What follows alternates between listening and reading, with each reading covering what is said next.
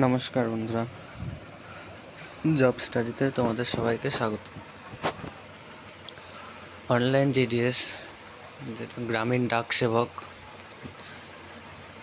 তো সেটার যে নোটিফিকেশান বেরিয়েছিল এবং দুটো লিস্ট বেরিয়েছিল, তোমাদের সবার মনে প্রশ্ন যে থার্ড লিস্ট কবে আসবে। কারণ সেকেন্ড লিস্ট বেরিয়েছে অনেক দিন হয়ে গেছে, তার ডকুমেন্ট ভেরিফিকেশানের যে লাস্ট ডেট সেটাও 6 তারিখ অবধি ছিল, 6 তারিখও চলে গেছে, আজ বোধহয় 8 তারিখ, 2 দিন হয়ে গেছে। অনেকের মনে প্রশ্ন যে থার্ড মেরিট লিস্ট কবে আসবে এবং কাট অফ কত যেতে পারে। তো সম্পূর্ণ বিশ্লেষণ করব এই ভিডিওতে। তো দেখো, সবার প্রথমে জানাই যে সেকেন্ড মেরিট লিস্ট যেটা বেরিয়েছিল, যাদের যাদের নাম এসেছিল, তো তাদের সবার যে ডকুমেন্ট ভেরিফিকেশান সেটা লাস্ট ডেট ছিল কত, সেটা লাস্ট ডেট ছিল 6 তারিখ। 6 তারিখ, ওকে। তাহলে আজকে কয় তারিখ?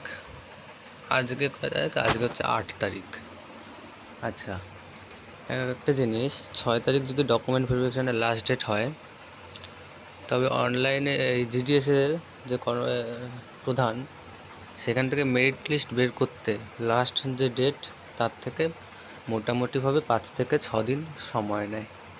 বোঝাতে পারলাম? যদি 6 তারিখে শেষ হয়, আশা করা যায় যে 11 তারিখ পর্যন্ত তো সময় নেবে, কারণ ডকুমেন্ট ভেরিফিকেশান হবে, তারপরে ওরা অ্যানালিসিস করবে যে কতজন বাদ পড়লো, কতজন চাকরি পেল, সেই হিসেবে আবার পরবর্তী যে মেরিট লিস্ট সেটা পাবলিশ হবে।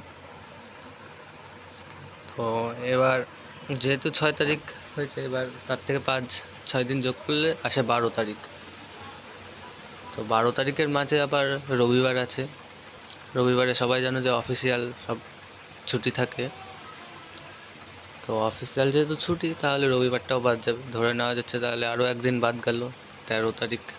মাঝখানে যদি আবার কোনো অকেশান থাকে, সে অকেশানেও সেটা বন্ধ থাকে।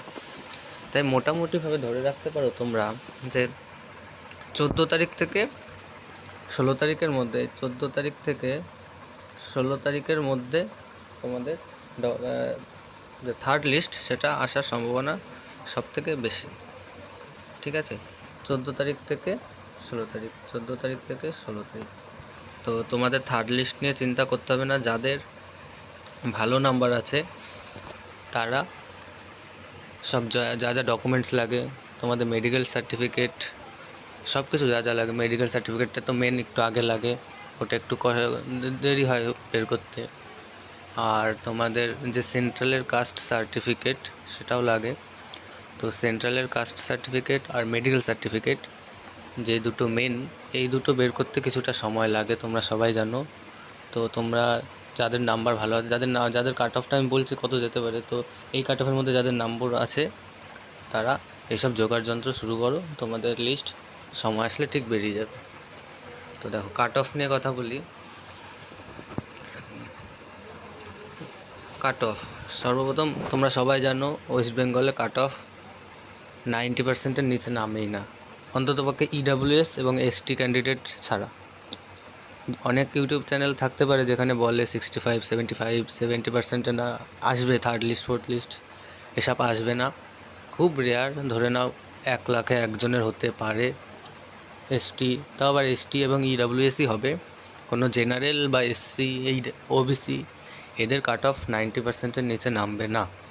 90% কেন, 92%-এর নিচেও নামে না, 91%-এর নিচেও নামে না। সেটা তোমরা গেল 2 বছরেও দেখতে পেরেছো। তো আমি এমন করে বলবো না যাতে তোমরা সব রেডি করা শুরু করে দাও, আমি একেবারে পারফেক্ট যেমন হয় এর থেকে অন্তত বেশি বলবো কাট অফটা, যাতে শুনতে খারাপ লাগলেও এটাই বাস্তব। ঠিক আছে, তো দেখো, যারা ইউআর রয়েছে, যারা ইউআর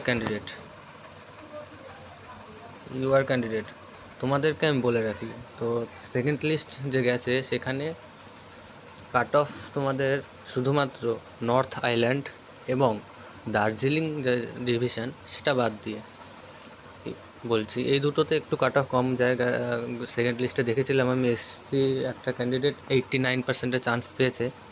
তো সেই দুটো বাদ দিয়ে বলি, ওই দুটো বাদ দিয়ে বাকি ওয়েস্ট বেঙ্গলে যত তোমার ডিভিশন রয়েছে সবগুলোতে ইউআর দের কথা বলছি। ইউআর মোটামুটি তুমি ধরে রাখতে পারো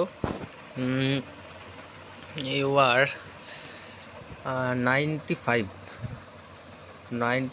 থেকে 97%-এর মধ্যে থাকে। ঠিক আছে, আশা করি বোঝাতে পারলাম। জিডিএসে কাট অফ খুব বেশি যাবে, কেউ মনে করো না যে আমি ভুলভাল বলছি, এটাই হতে হবে যত সম্ভব। কাট অফটা আমি একবার বলে দিই। ইউআর 95 থেকে 97। ঠিক আছে,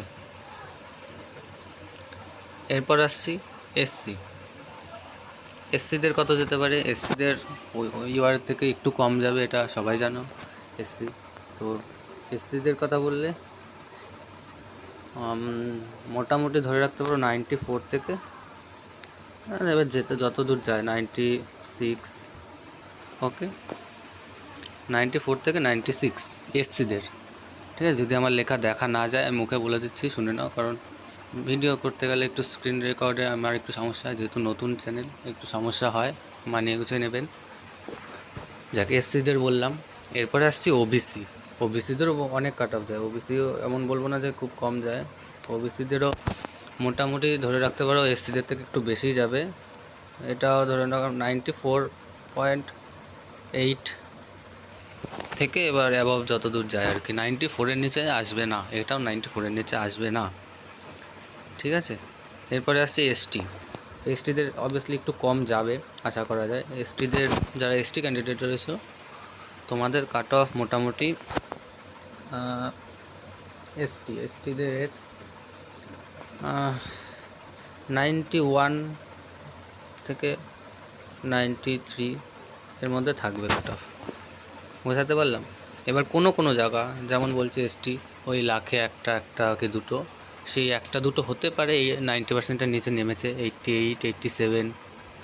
ঠিক আছে, কিন্তু ওটা লাখে একটা কি দুটো ডিভিশনে হতে পারে, বাকি কোনো জায়গায় হবে না। ঠিক আছে, আমি বলছি দার্জিলিং এবং নর্থ আইল্যান্ড বাদ দিয়ে। অনেকে বলবে যে দাদা নর্থ আইল্যান্ড দার্জিলিংয়ে তো সেকেন্ড লিস্টে অনেক কাটা হয়েছে। আমি ওই দুটো বাদ দিয়ে বলছি, কারণ ওই দুটো কম যাচ্ছে। আমি আগেও বলেছি, এবারও বলছি, ওই দুটো কম যাচ্ছে। ওই দুটো বাদ দিয়ে যা ডিভিশন আছে আমি সেই ডিভিশনের কথাগুলোই বলছি। এরপরে আসছি ইডাব্লিউএস কত যাবে দেখো। ইডাব্লিউএস যাবে, এটা একটু কমই যাবে, ধরে নাও 89 থেকে 91। ওকে, বোঝাতে পারলাম? ইডাব্লিউএসে অনেকটা কম যাবে, 89 থেকে 91। আশা করি বোঝাতে পারলাম।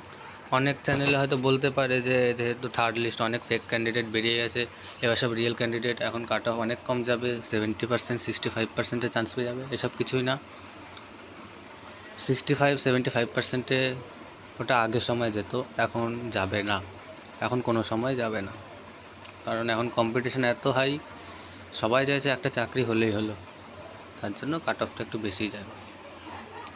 তো কাট অফ ভিডিও বোঝাতে পারলাম। এবার যাদের মনে হচ্ছে এই নাম্বারের মধ্যে তোমাদের নাম্বার রয়েছে, তোমরা অপেক্ষা করে রয়েছে থার্ড লিস্টে, তোমরা অপেক্ষা করো না। তোমাদের যদি এই নাম্বারের মধ্যেই থাকে তাহলে তোমরা মেডিকেল সার্টিফিকেট তৈরি করতে থাকো। তারপর আরও কি জানি, সেন্ট্রালের কাস্ট সার্টিফিকেট যেটা, সেটা তৈরি করতে পারো। এবার যাদের কাছে মেডিকেল সার্টিফিকেটের যে ফরম্যাট, যে কোন মেডিকেল সার্টিফিকেটের কোন ফরম্যাটে করতে হবে, সেটা যদি না থাকে তাহলে আমাকে কমেন্ট করবে, আমি তোমাদেরকে দিয়ে দেবো। এবং সেন্ট্রালের যে কাস্ট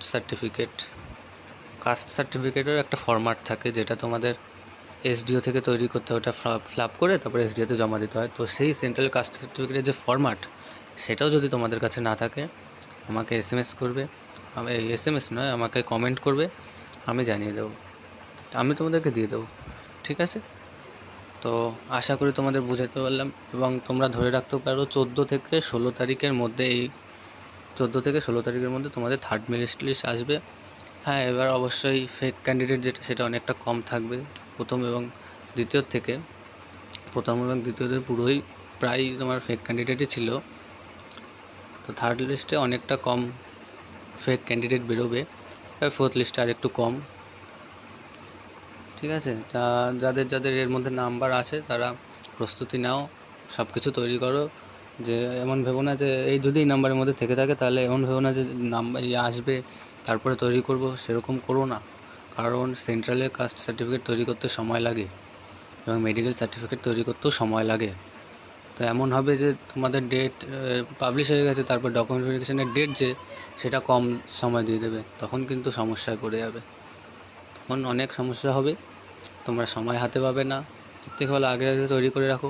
সেন্ট্রালের যে কাস্ট সার্টিফিকেট সেটা তৈরি করে রাখো, ওটার ভ্যালিডিটি তো 1 বছরের, 1 বছর অন্য কাজেও লাগিয়ে দিতে পারবে। মেডিকেল সার্টিফিকেটটাও তৈরি করে রাখো, ঠিক আছে? ফরম্যাট লাগলে আমাকে কমেন্ট করবে। আশা করি বোঝাতে পারলাম। তো ভিডিওটি ভালো লাগলে একটা লাইক, কমেন্ট, শেয়ার করবে।